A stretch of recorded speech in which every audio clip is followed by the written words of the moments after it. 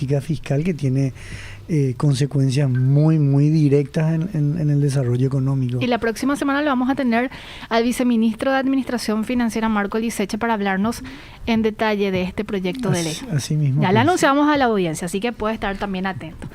Y Guillermo, ingeniero, le pido, por favor, hacemos nuevamente un pequeño paréntesis porque necesitamos debatir un poquitito lo que está pasando en el contexto internacional, sí, si no le molesta. Dale, más que debatir, solamente presentar un tema para justamente como poner la carnada, porque un poco nos escribieron preguntando eso, y vamos a estar analizando durante la semana, si no me equivoco, entre el jueves y el viernes, y vamos a ver un espacio. Pero ahí sí, Lorenzo, me acompañás con una lámina. Con la primera placa, por favor. Con la primera placa, simplemente para que la audiencia, un poco, ¿qué está pasando? Bueno, en Estados Unidos, el viernes fue el simposio, el congreso de Jackson Hole, que se hace todos los años, organizado por el Banco de la Reserva Federal de Kansas City, en este caso. Jackson es un pueblito de 40,000 habitantes que han estado de Wyoming, prácticamente en el centro de los Estados Unidos. En mi opinión emula a lo que fue Bretton Woods, un poco porque es una casa de esquí, y prácticamente una reunión que congrega a autoridades monetarias del mundo, gente que trabaja en los bancos centrales, también académicos y por supuesto personas importantes de las entidades financieras. Y se debaten los temas económicos propuestos muchas veces por toda una agenda que viene preparada. El punto es que en la apertura de este congreso, el presidente de la Reserva Federal de los Estados Unidos, el Banco Central allá, hizo un discurso bastante duro según los mercados, o como los mercados lo están recibiendo, que tuvo efectos importantes. Y básicamente, ¿por qué? Porque dijo que en gran medida la meta que tiene hoy el Banco Central de los Estados Unidos, su principal objetivo y tarea va a ser volver a que la inflación vuelva a los rangos meta, que en Estados Unidos es de 2%. En Paraguay es del 4%. En Paraguay, exacto, es del 4%, con la banda, sí, de 2 más, 2 menos. Y dijo una frase que fue, ahí se discute mucho si estaba en el guión o simplemente lo dijo, pero él dice, sí, a consecuencia, digamos, de que esto pueda golpear muy fuertemente el consumo de los hogares y las actividades de las empresas. Entonces, eso en Estados Unidos, en inglés le dicen un discurso muy hawkish, de halcón. ¿Por qué? Porque generalmente es una actitud que se dice cuando el Banco Central está dispuesto a tener una política monetaria contractiva, es decir, subir las tasas de interés. Y el punto es que reforzaron ellos, esto es lo que queríamos presentar, que vamos a discutir la próxima vez, que el Banco Central de los Estados Unidos también, aparte de subir las tasas de interés, va a ser una política que es bastante nueva en los Estados Unidos, y sobre todo porque lo que se aplica en los Estados Unidos tiene una consecuencia muy directa en la economía del mundo, que ellos van a tener un programa sería aprieto cuantitativo, es decir, van a empezar a reducir sus balances. ¿Y qué hay en un balance en la parte activa de un banco central? En gran medida ellos tienen bonos del tesoro de los Estados Unidos principalmente. ¿Y qué significa eso rápidamente? En la medida que ellos empiecen a deshacerse, es decir, a vender esos activos o dejar que venzan sin renovarlos, prácticamente con eso están retirando liquidez, pero al mismo tiempo eso puede tener implicancias muy directas en lo que son las deudas a largo plazo. Estamos hablando acá de los bonos entre 10 y 30 años, y eso obviamente afecta después la economía de todos los países como la nuestra. ¿Y por qué? Y con esto cierro, simplemente porque nosotros siempre tomamos como riesgo cero la economía de los Estados Unidos, y a partir de la economía de los Estados Unidos se construye un diferencial, un spread, que en base a lo que son las mediciones del riesgo de ese país. Y que termina impactando, como bien decías, principalmente nuestros bonos, en la cotización de nuestros bonos en los mercados. Y no sé si, Lorenzo, el último gráfico... Que sería la segunda placa, por favor. Esto nomás es muy interesante, salió en Bloomberg hoy y muestra el tono de los discursos de Powell. Dice que por lo generalmente han sido dovish, es decir, dovish emula la paloma, dove en inglés, que significa que la paloma vuela abajo, el halcón vuela arriba. O sea, que el Banco Central tiene políticas monetarias expansivas, bajando las tasas, estimulando la liquidez, o sea, agregando liquidez al sistema, etcétera. Y cuando él hablaba, tranquilizaba a los mercados y hacía que el mercado en las bolsas coticen a la alza, ¿verdad? y sin embargo la línea violeta que se ve, que apenas comienza, porque estamos a 2 días del viernes, o sea, cerró ayer el lunes, vemos que está bien a la baja total, ¿verdad? Entonces, el tono de cómo hizo la comunicación de un banco central en cómo implementa es muy importante y tiene el mercado más desarrollado una sensibilidad bastante importante. Pero esto es lo que vamos a estar analizando de manera más prolongada, pero ahora vamos ya con nuestro invitado principal. Muchas gracias, ingeniero, por este tiempo y sobre todo... Así yo aprendo también de ustedes porque realmente es apasionante todo. Va a ser mutuo entonces. Así es. Le decimos a la gente que vamos hasta las 2, así que pueden enviarnos sus mensajes al 0994-674-000 y también decirles que nos pueden ver a través del canal de YouTube 1000 Noticias AM y por supuesto sintonizarnos a través de la 1000 AM. Así es, Alfredo. Así mismo. Y lo traemos o lo invitamos hoy al ingeniero Guillermo para hablar sobre lo que es la composición de la energía eléctrica a nivel general, ¿verdad? Cuando hablamos, por ejemplo, de qué es lo que es generación, transmisión, distribución, comercialización, toda esa cadena que al final hace que nosotros podamos tener electricidad o energía eléctrica en nuestros hogares, y para que la gente entienda realmente cuál es ese proceso y esa diferenciación y por qué es tan importante, ingeniero. Ya. Bueno, creo que varias veces ya vine acá, ¿verdad? Así que sí. Espero no repetir de repente. No, al contrario, ingeniero. Recapitular. Pero en fin, el sector eléctrico de abastecimiento de energía eléctrica se separa en lo que es generación de energía eléctrica, o sea, la producción en grandes cantidades, la transmisión, que sería como autopistas por donde circula la mercadería de energía eléctrica, y la distribución, que es la venta al menudeo, por llamarlo de alguna manera, ¿verdad? Y últimamente, estamos hablando hace unos 30 años aproximadamente, tal vez un poco más, viene lo que es la comercialización, que no es la venta que nosotros tenemos acá. Acá en Paraguay realmente no tenemos todavía comercializadoras de energía eléctrica. Bueno, la generación son las grandes generadoras, como acá en Paraguay tenemos, vamos de norte a sur, ¿verdad? Sí. Itaipú, Acaraú y Yacyretá, ¿verdad? Que son las grandes hidroeléctricas que tenemos. Acaraú, si bien es pequeña comparado con las otras dos gigantescas, en términos mundiales es importante, ¿verdad? O sea, 200 megavatios, 220 que tiene ahora Acaraú es de un porte importante. La transmisión que tenemos... Perdón, ingeniero, así para, ya que tiraste datos nomás, para hacer una rápida, 220 megavatios sería Acaraú. Yacyretá y Itaipú.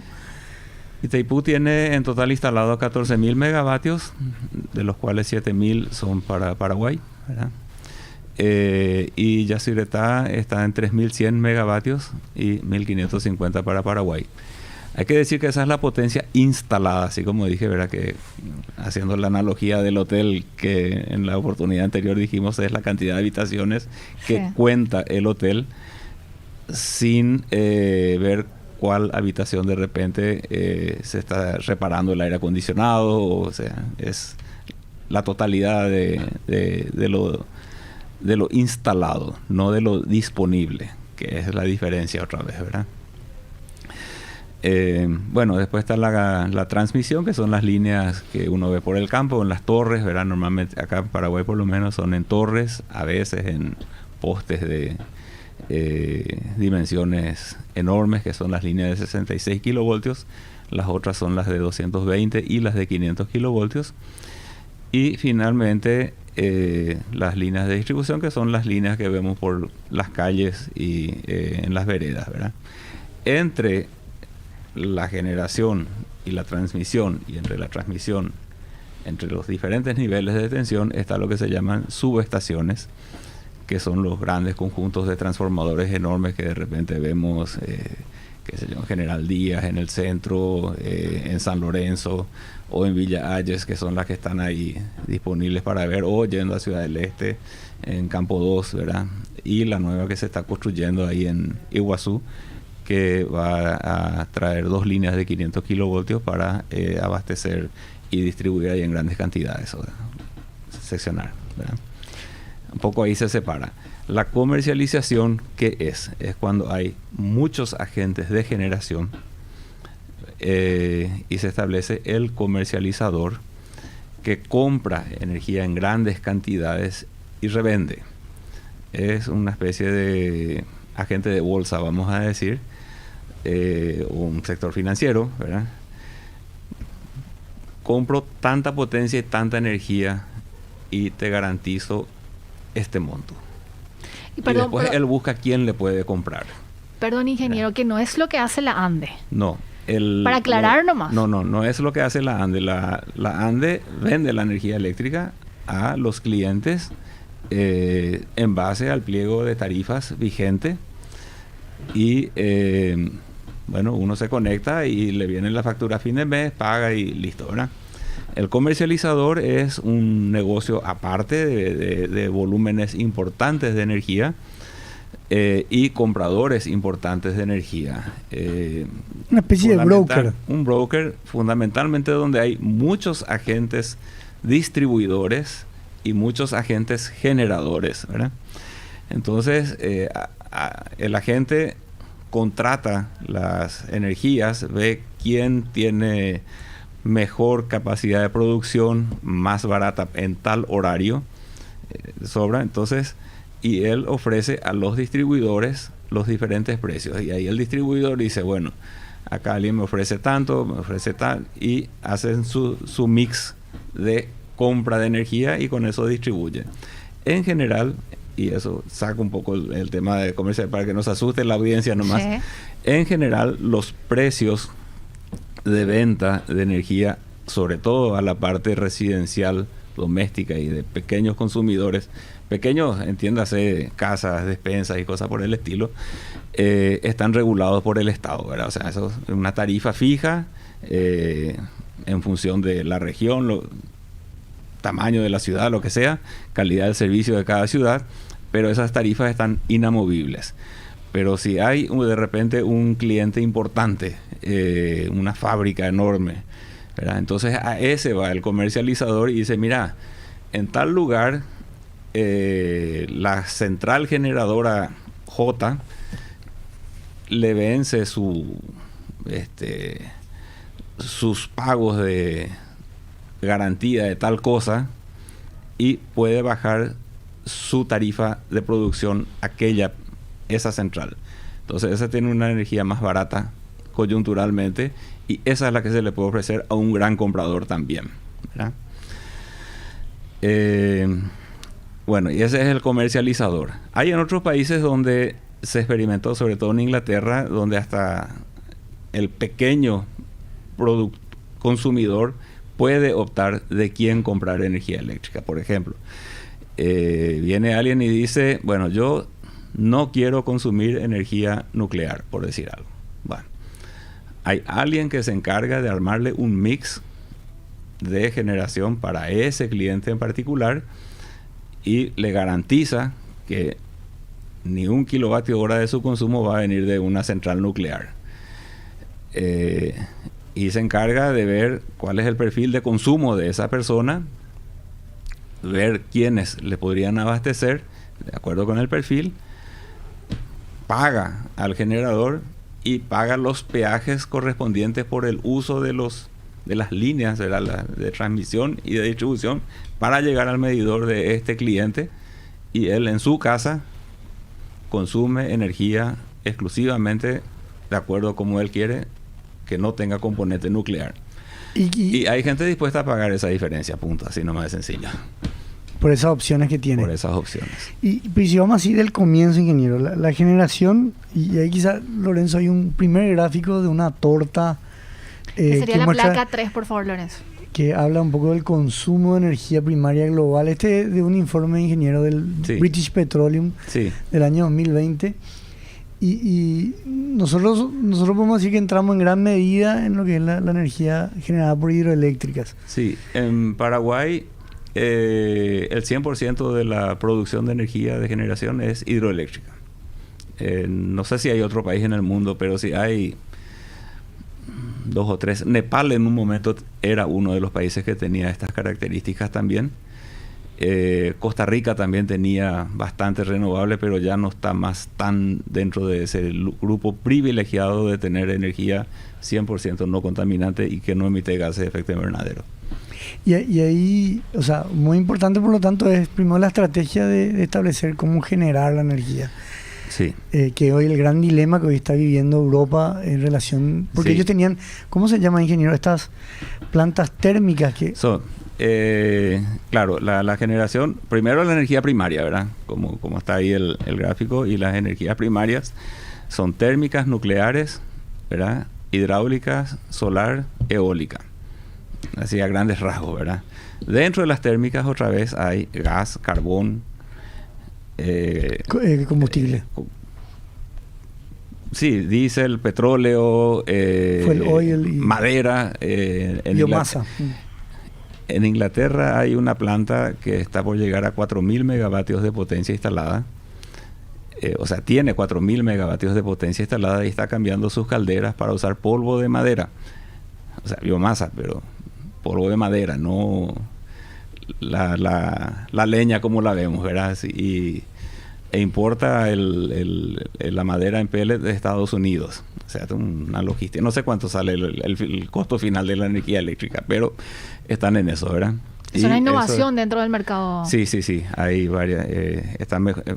Hay muchas variaciones porque, ¿qué pasa? Por un lado está la exigencia de dejar reducir la emisión de gases de efecto invernadero. Por otro lado, cada vez el consumo aumenta. Así es. La opción de decirle a la gente apaguen, y bueno, es difícil. Aunque hoy en Europa están diciendo, me acuerdo que cuando la ANDE cada vez acá dice, ponga su aire acondicionado en 24, todo el mundo, bueno, en Europa están recomendando que en verano pongan el aire acondicionado en 27 grados y en invierno en 19. Wow, y estamos hablando de Europa. Europa, sí, así es, ¿verdad? Entonces, sí tenemos diferentes maneras de generar la energía eléctrica con gas, con petróleo, fuel oil, carbón mineral, carbón de turba, y varias maneras, ¿verdad? Y en gran medida, digamos, porque ahí vos hablabas, por ejemplo, ya un mercado muy desarrollado como Inglaterra, que vos podés optar, o sea, ahí las líneas de transmisión y distribución, podemos decir que, o sea, bueno, después tengo que explicar eso, pero ahí se vuelven, o sea, no se duplican, no es que cada generación de energía tiene que después tener su línea de transmisión. No. En general, el sistema de transmisión, si bien puede haber una línea construida por un privado y que el privado cobre peaje, siempre hay un organismo centralizador de todo el sistema y administrador, ¿verdad? Que establece cuáles son los parámetros, cuáles son las líneas que hay que construir en función de las demandas, ¿verdad? Para que no se construya, justamente para no duplicar las inversiones.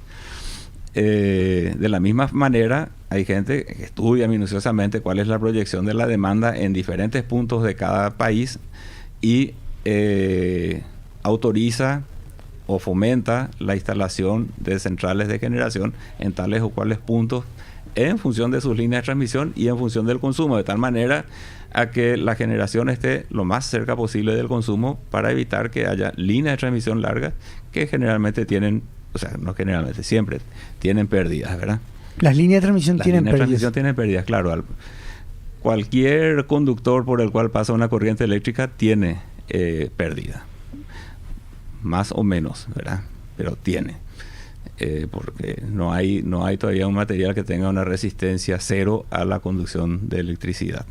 Claro, y cuanto más lejos, digamos, esté el consumo de la generación, aparte del costo de instalación. La resistencia va en función de la sección del conductor, la longitud y la corriente que pasa, el amperaje, vamos a llamarle de esa forma, cuántos amperes está pasando, ¿verdad? Por ese conductor. Sí. Y lo que estabas diciendo, no se duplican las instalaciones.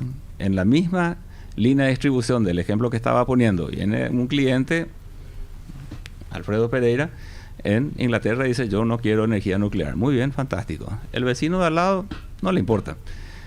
Entonces, la energía que él consume, alguien le garantiza que no tiene energía, pero por el mismo cable llega otra energía una energía que consume el vecino que puede tener un componente nuclear. ¿Verdad? Así funciona. O sea, por el mismo conductor pasa energía de varios vendedores, vamos a llamarlo así. Ahora, después está otra vez el negocio. ¿Quién es el dueño de esa línea? Claro, sí, entonces hay alguien que es el dueño de la línea y que le alquila o le cobra peaje al que le vende o a Alfredo Pereira o a Prince Otto o al Guillermo Krauss o al Juan Pérez de la vida que está queriendo una energía especial, o el grupo grande que acepta la energía que llega como llega. Entonces, otra vez viene alguien ahí que ofrece una ruta, por llamarlo de esa manera, un camino, ¿verdad? La ruta, vamos a decir que son las líneas de transmisión, el camino es la línea de distribución, y cobra el peaje por el uso de la ruta a cada uno del camino a cada uno de los diferentes agentes de venta. Y la importancia, ingeniero, de las subestaciones. Sí. También geográficamente se instalan cerca de la generación o cerca del consumo. ¿Cuál es el rol que tienen como la subestación? Yo puedo dejar esa pregunta, ingeniero, para la vuelta del corte. Bueno, cómo no. Porque me surgen otras preguntas en torno a lo que está preguntando o planteando Alfredo sobre, por ejemplo, la línea de 500 kV, si terminó transformando, vamos a decir, ese proceso. Dentro de lo que estaba mencionando, nomás también, Alfredo. Sí. Así que podemos dejar picando esta pregunta y a la vuelta regresamos. Perfecto, cómo no. Estamos con el ingeniero Guillermo Krauss, ingeniero electrotécnico, máster en administración de empresas, hablándonos sobre la generación, transmisión, distribución y comercialización de energía eléctrica. Vamos a un breve corte y enseguida regresamos. Radio Mil.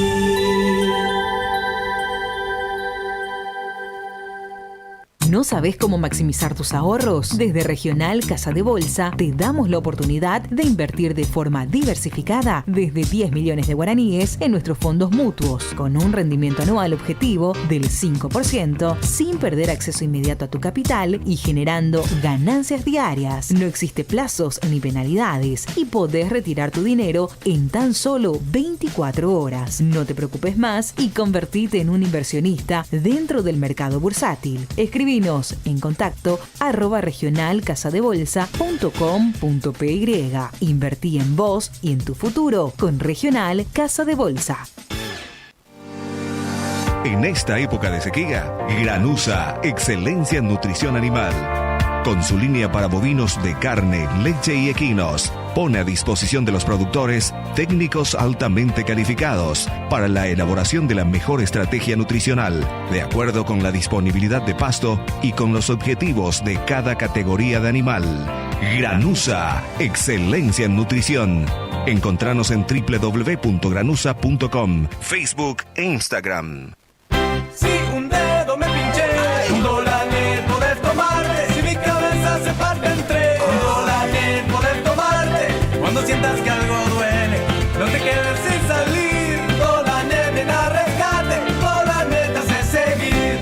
Dolanet te acompaña cuando más lo necesitas. Potente, rápido y eficaz contra todos los dolores. Dolanet, tan bueno para la cabeza como para todo el cuerpo. Calidad Gramón. Contactate con nosotros al WhatsApp de la radio 0994-674-000 o a la línea baja 021-302-600. Radio Mil.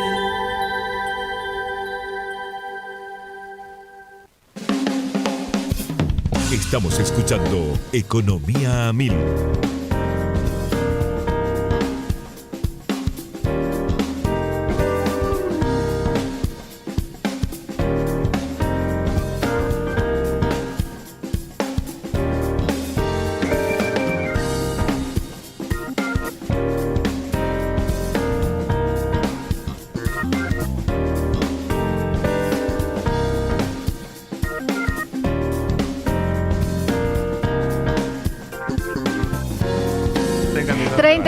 Minutos pasaron de las 13 de hoy, martes 30 de agosto de 2022. Le decimos a la gente que pueden escribirnos al 0994-674-000 y quiero mandarles saludos ¿A los Rolling Stones? No. Quiero enviar saludos y de manera muy, muy especial a nuestras compañeras Camila Bruschetti y Valeria Lescano, que nos están escuchando y viendo a través del canal de YouTube. Enviarles saludos, Alfredo, porque pidieron también un saludo especial de parte tuya. Y estamos en compañía del ingeniero Guillermo Krauch, ingeniero electrotécnico, máster en administración de empresas. Y José se ríe porque no hablé. No hablaste. Pero hice el saludo. Si dijeron que nos están viendo. Nos están viendo, así es. Que el gesto que hizo, el corazoncito. Ay, Dios, está Alfredo. Y le decimos a la gente que cuando nosotros traemos gráficos. Yo no envío corazoncitos. Cuando estamos viendo gráficos, Alfredo, lo hacemos por el canal. En realidad, estamos afinando, vamos a decirle, el lenguaje de tal manera a que podamos ir acompañando también el gráfico con lo que vamos comentando. Y queremos hacer una recapitulación de uno de los que tenemos. Es así, del mercado primario. Así que le pedimos apoyo a Lorenzo, que sería la tercera lámina. El tercer gráfico, que es de la torta, el consumo de energía. Y esto es muy importante y hablábamos con el ingeniero en la pausa porque en gran medida, digamos, las fuentes de energía, un poco el ingeniero explicaba el Acuerdo de París, que muchos de casi los 190 países se comprometieron entre 2050 y 2060 a convertirse en carbono neutrales, pero vemos porque en el gráfico de la torta es el consumo de energía primaria global. Y vemos que un 27% de esa energía proviene, digamos, de carbón, y el carbón, ingeniero corregime, es el principal, digamos, emisor de dióxido de carbono en la generación. Sí, bueno, lo que pasa es que el carbón, además de emitir gases anhídrido carbónico, que es el CO2, también emite otros componentes, porque el carbón nunca está libre de impurezas, entonces tiene otros contaminantes también, ¿verdad? Que suman al gas de efecto invernadero. Que suma, ¿verdad? También el petróleo tiene esas características, y dentro de carbón, petróleo y todos los combustibles fósiles, hace unas semanas, no me acuerdo qué día exactamente, pero hace muy poco, la Unión Europea declara que el gas natural es un combustible verde, por llamarlo así, ¿verdad? O sea, es amigable al ambiente ahora, a cuenta de sus problemas que tienen de abastecimiento, ¿verdad? O sea, realmente están pasando, al haber dependido demasiado de una sola fuente de suministro de energía primaria, entonces tuvieron que abrir mano y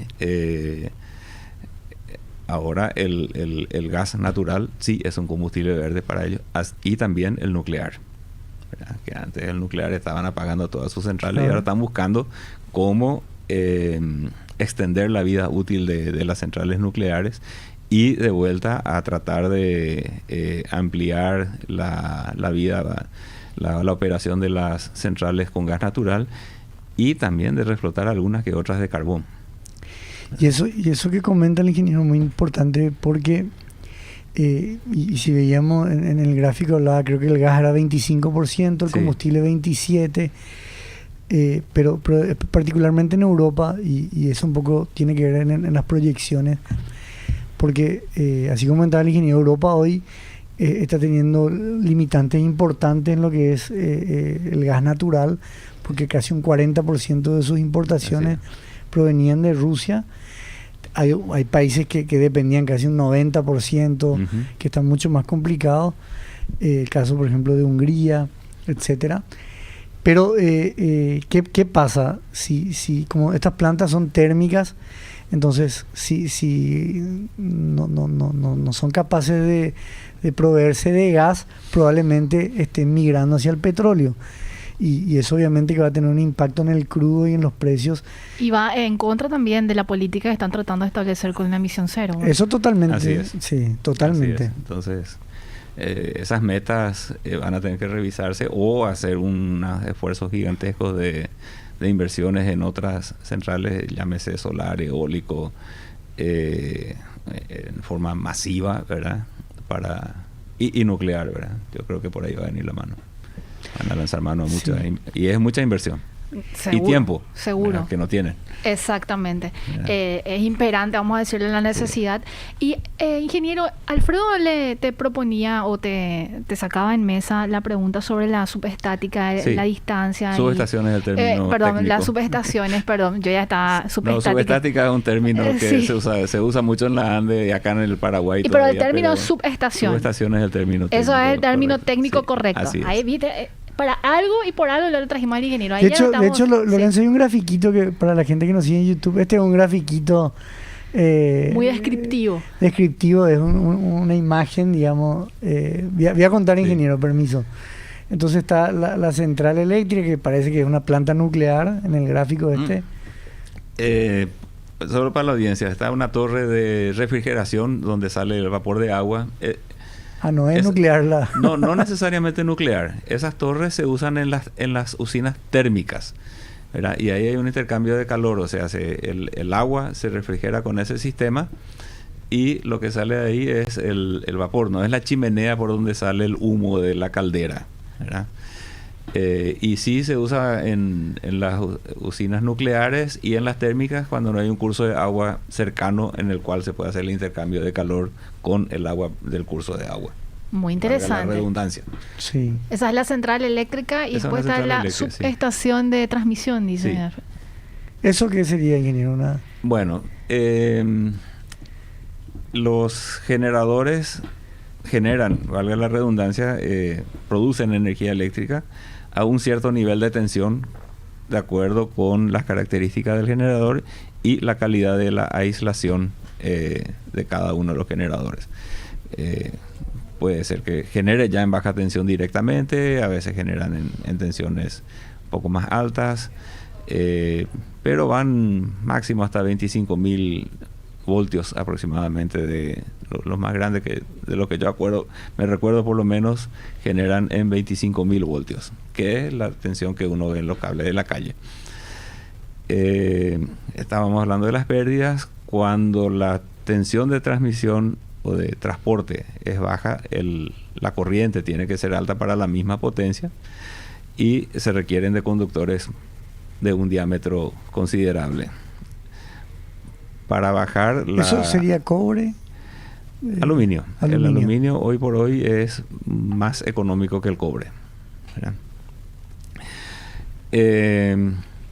Entonces, para transmisión de grandes potencias y a grandes distancias hay que elevar los niveles de tensión para términos económicos. Entonces, normalmente a la salida de alguna generación importante siempre hay una subestación elevadora de tensión para ajustar, salvo que el consumo sea ahí al lado de donde se está generando y uno ya genera a la tensión de consumo, ¿verdad?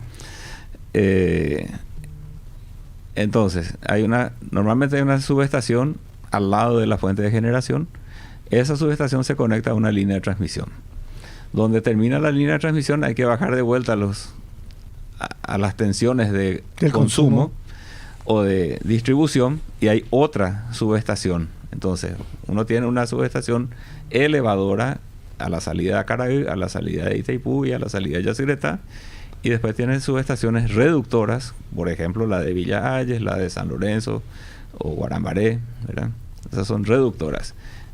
Y por llamarlo así, cosa que mis colegas técnicos seguramente se van a criticar, pero para la analogía, ¿verdad? Una mini subestación sería el transformador que está colgado del poste, que es el que transforma de la media tensión a la baja tensión, que es el consumo que uno tiene en las residencias. Y una subestación, entonces... que no se llama técnicamente así, es transformador de distribución, sería ese término. El de la calle. Analogía nomás. Sí. Sí. Y esa subestación, estamos hablando de una inversión, por ejemplo, aproximada. Son inversiones importantes.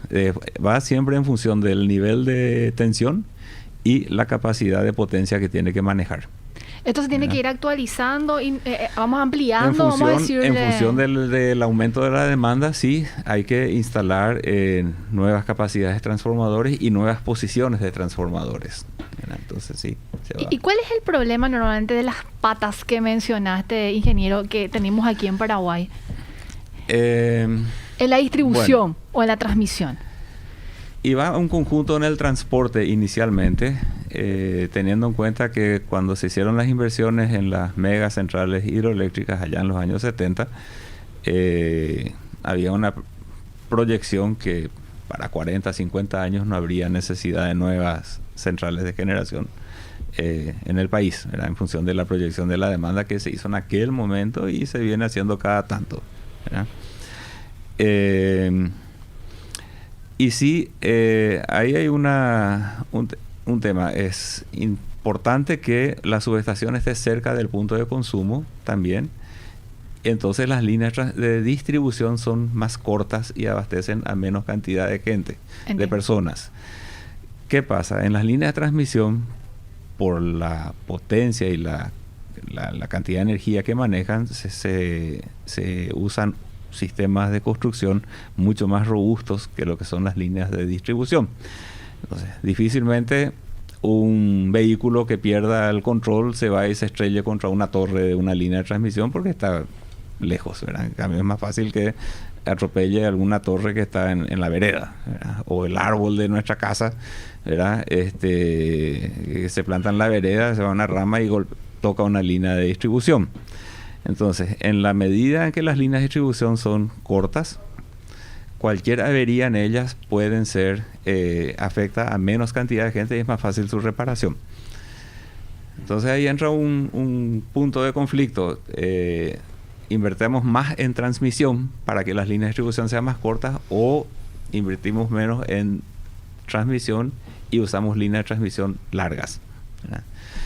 En un sistema como el paraguayo, donde las necesidades para llegar a todas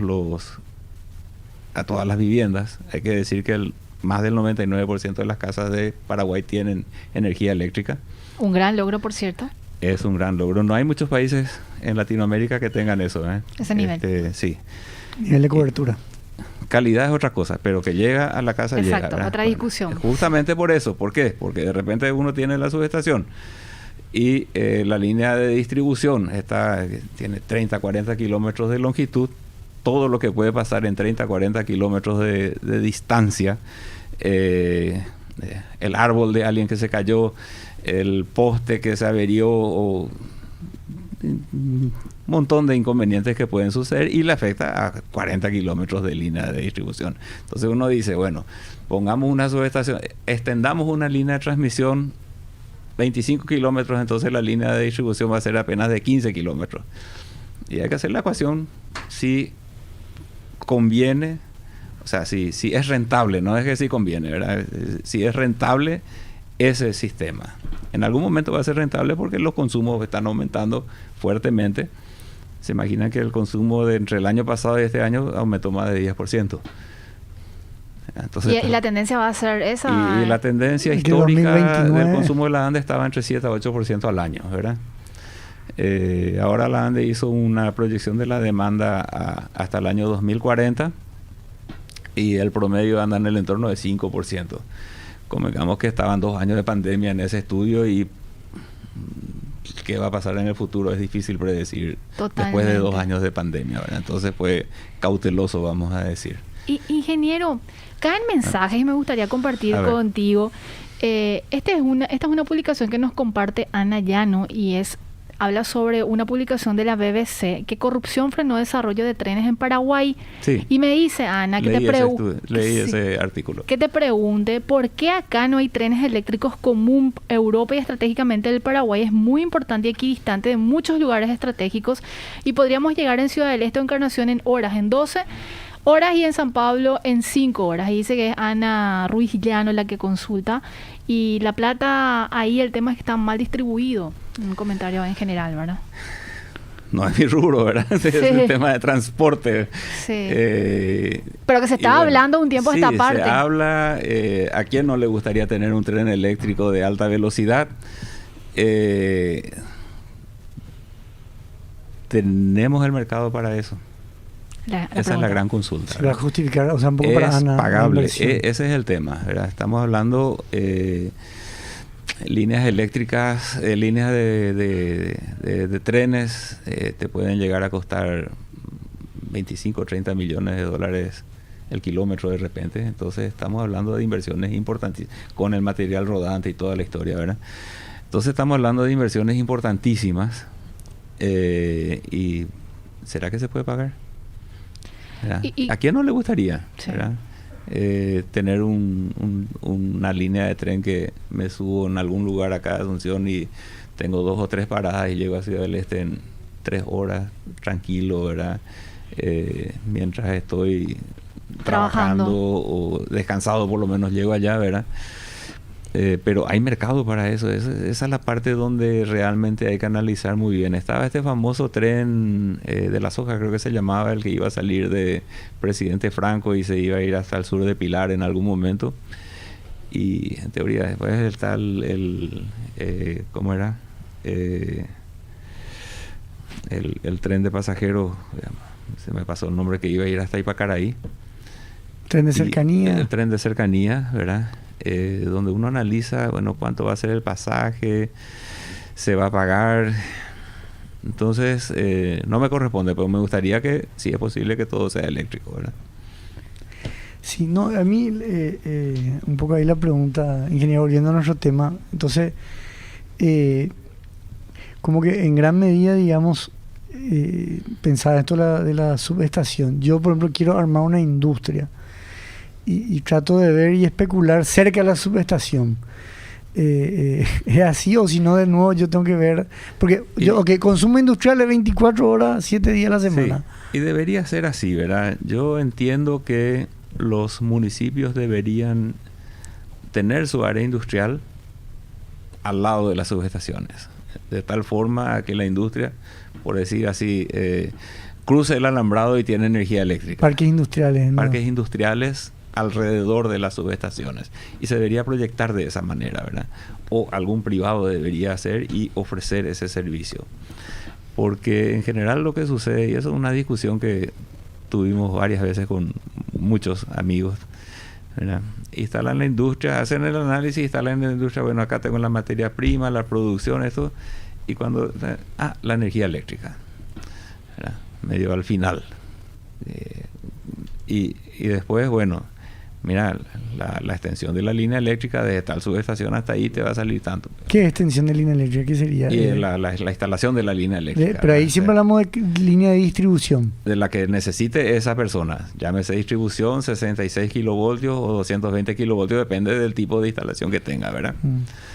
De todas formas, siempre hay un valor adicional que no fue considerado y que a lo mejor poniendo en otra ubicación su instalación le resultaba más conveniente.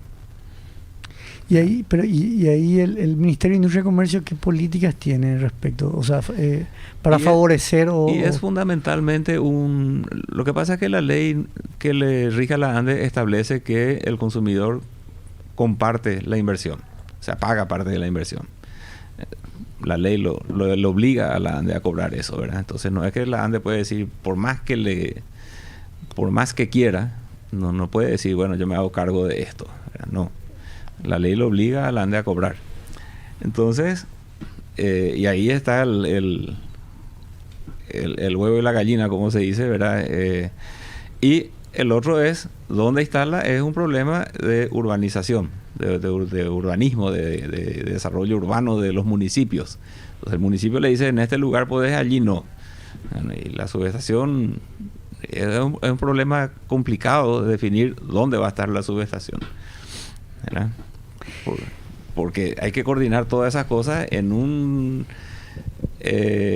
sistema en el cual inclusive las expansiones urbanas no están muy coordinadas, que digamos, en general. Hay algunos que sí. Y le tiro, y siempre me preguntaba, y el caso, por ejemplo, de Villarrica, ingeniero, que tiene, si mal no me equivoco, no sé si era un contrato diferente. Sí, el caso hay una empresa privada la que... Ahí hay una empresa privada, Clipsa, Compañía de Luz y Fuerza, Sociedad Anónima. Es una empresa que se creó allá por 1955 aproximadamente, cuando la ANDE era una secretaría o una subsecretaría del Ministerio de Obras Públicas en ese momento.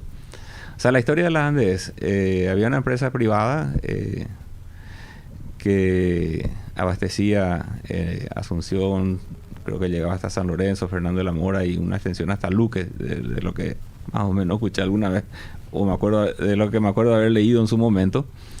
Y la central generadora estaba en Sajonia. Ahí quemaban fuel oil y leña, ¿verdad? Después poco a poco fue cambiando para quemar solamente fuel oil. En 1900, y bueno, y ahí nace Clipsa. Así como había otros lugares, ¿verdad? En San Bernardino estaba la gente que abastecía energía eléctrica, en Cacupé, en Concepción. O sea, cada ciudad tenía un sistema de abastecimiento de energía eléctrica en aquel momento. Y Villarrica consiguió, o sea, queda mal consiguió, ¿verdad? Villarrica tuvo la autorización de distribuir energía eléctrica mediante una ley, ¿verdad? De larga duración, y ellos tenían la concesión. O sea, ¿verdad? Ellos llegan hasta una subestación. Eso es antes inclusive que la ANDE piense en Acaraí, y ni qué decir Itaipú, no estaba ni siquiera en nada, ¿verdad? Bueno, comienza la ANDE, construye Acaraí, comienza la expansión del servicio de energía eléctrica en el interior del país y llega a Villarrica. Entonces Villarrica, ¿qué hace? Le compra la energía a la ANDE y la distribuye. En vez de generar ellos la energía en forma térmica como lo venían haciendo, le compran a la ANDE y distribuyen.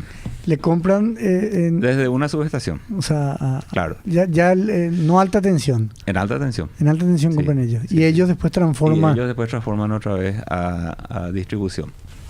Y distribuyen ahí, ¿verdad? ¿Y ese esquema que funciona ahí en Villarrica funciona, ingeniero? Y funciona, ¿verdad? Pregunto esto para la siguiente consulta de poder replicarse. Villarrica tiene la ventaja, vamos a llamarlo de alguna manera, donde su campo de acción está limitado al municipio de Villarrica. Entonces es más fácil, no puede quedar mal lo que sí. La gente de Clipsa a lo mejor se enoja conmigo, pero vamos a decir, es más predecible qué es lo que puede pasar, porque tenés un solo municipio, ¿verdad? Donde geográficamente limitado al municipio de Villarrica, ¿verdad? Entonces se puede manejar tu proyección de consumo, por lo menos con más conocimiento de causa, ¿verdad? La ANDE de repente un asentamiento en tal lugar, totalmente fuera de lo previsto, listo, porque hay que abastecerle a la gente, ¿verdad? Y ese tipo de cosas. O la fuga misma, ¿verdad? Conexiones clandestinas, etc. Bueno, eso también, ¿verdad? Eso hay también, y es difícil de controlar y verificar, ¿verdad? Sí, porque era salió un mini documental ahí en la BBC sobre la situación de Villarrica y la minería del Bitcoin. Claro. Bueno, y ahí viene un componente adicional donde en el 2017, cuando se aprobó un nuevo pliego de tarifas para la ANDE, Clipsa apeló la utilización de ese pliego de tarifas y siguió usando el pliego anterior. ¿Por qué, ingeniero? Sucede que el pliego anterior se había aprobado en el año 2002. ¿Qué significa aprobado al Congreso? No, un decreto. Un decreto. Se establece por decreto la tarifa, ¿verdad? Se estableció en el 2002 con los parámetros de tipo de cambio, de consumo y todo del año 2002. Y eso se fue manteniendo. Ningún gobierno quiso tocar, a pesar que la ley le obliga a la ANDE a tener una cierta rentabilidad sobre la inversión inmovilizada. No se actualizó, no se hizo. Muy pocas veces se cumplió eso durante los 15 años. Sí. Creo que los primeros, y se volvió a cumplir después cuando se revisó. Entonces, lo que se hizo es analizó de vuelta el pliego de tarifas con todos los niveles tarifarios, y había algunas tarifas en las que se vendía a menor del costo, o sea, el mix de compra era un valor y el precio de venta era inferior a ese valor, y sobre todo para los niveles altos de tensión. Entonces, en el ajuste hubo modificaciones importantes. En los niveles altos de tensión tuvieron diferencias importantes porcentualmente en el valor de la tarifa, y no tanto en los valores de niveles bajos de tensión. Entonces, ¿qué pasa? La compra le subió al doble y la venta le subió 20%, ¿verdad? Porque también en ese momento se estableció que a los niveles bajos de tensión no podía subir más de 20% la tarifa para el consumidor final. Claro. Bueno, pero por lo menos ajustar en los niveles altos de tensión que la venta tenía que ser al precio del costo, ¿verdad? O al valor del costo. Y entonces Cliff dice, pero me obligan a comprar 40% más caro y vender 20% más caro, no más. Apeló y el sistema judicial la aprobó y bueno, entonces ellos siguen usando la tarifa del 2002 viejo, tanto para la compra como para la venta. Entonces, en Villarrica las tarifas de energía eléctrica son más baratos que para todo el resto del país, ¿verdad? Y los de la criptomoneda dijeron, este es el lugar, ¿verdad? La tarifa de la ANDE en general ya es por lejos la más barata de la región. Estamos hablando de casi 30-40% menos que en la Argentina, 50% menos que en Brasil y 30% no menos, el 30% de lo que cuesta en Uruguay. Y entonces estamos hablando de tarifas realmente muy bajas dentro de todo y allí más bajas aún. Que es lo que decían en Sierra Mato Prince, porque en Argentina yo subieron. Le quiero comprometer al ingeniero. Subieron por este tema del déficit y del gasto público hasta un 400% la tarifa en Argentina. Y decía un economista muy interesante, y bueno, yo creo que es hora también de que aprendamos el valor de la energía. Es decir, dejamos prendido el aire, nos duchamos, no sé, usamos las cosas sin lo que es el cuidado de la escasez que este recurso hay en el mundo y lo que vale, ¿no? Y quiero traer a colación un poco, ¿verdad? Y en una de esas es interesante si le pueden, más le corresponde a la gente de la ANDE. Yo, como estuve ahí nomás mucho tiempo, puedo decir, ¿verdad? La importancia de llevar adelante los planes elaborados, ¿verdad? Ahora con este asunto que les pasó a la gente de Europa, ¿verdad? En Europa están pagando precios asustadoramente altos por la energía, ¿verdad? Precio de venta de 5.000 euros por megavatio hora. La ANDE paga 30. El mix de la ANDE es 30. Y hay lugar en Europa que, claro que no va a durar toda la vida, ¿verdad? Va a ser a lo mejor unos días, una hora, unas horas del día, pero están hablando de 5.000 euros por megavatio hora, lo que a la ANDE le cuesta 30. Entonces, ¿y eso por qué? Porque en su planificación, en Europa se planifica mucho mejor, ¿verdad? Y no previeron esta coyuntura. Entonces, por eso es importante llevar adelante los planes para evitar este tipo de inconvenientes que nos pueda suceder. Yo ni me imagino de repente si allá para el año 2030, cuando está previsto que consumamos toda nuestra energía, la disponible hoy, lo disponible de la instalada hoy, y nos llevemos adelante todas las obras de generación que están previstas en el plan que se tienen que hacer. Y después tenemos que importar energía ¿de quién? Si todos necesitan energía eléctrica. Entonces, Brasil nos va a decir, sí, si quieren, pero paguen, ¿verdad? La Argentina la misma cosa, y Bolivia si puede suministrarnos también.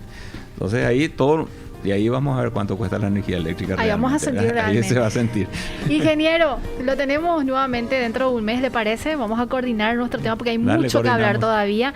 Itaipú, estamos generación recién. Sí, hablamos de la Itaipú, hablamos de las criptomonedas, y ahí Josema ya me dice cerrar el programa. Ya nos vamos, Josema. Mañana le decimos a la audiencia que nos pueden escuchar nuevamente a las 13 puntualmente y pueden vernos, porque tenemos en nuestro canal de YouTube 1000 Noticias y en Facebook Economía. También, José Mara, ¿se transmite en Facebook Live?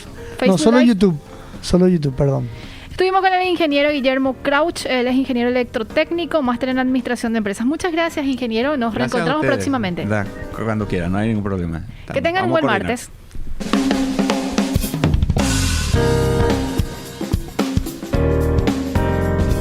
No te pierdas el próximo capítulo de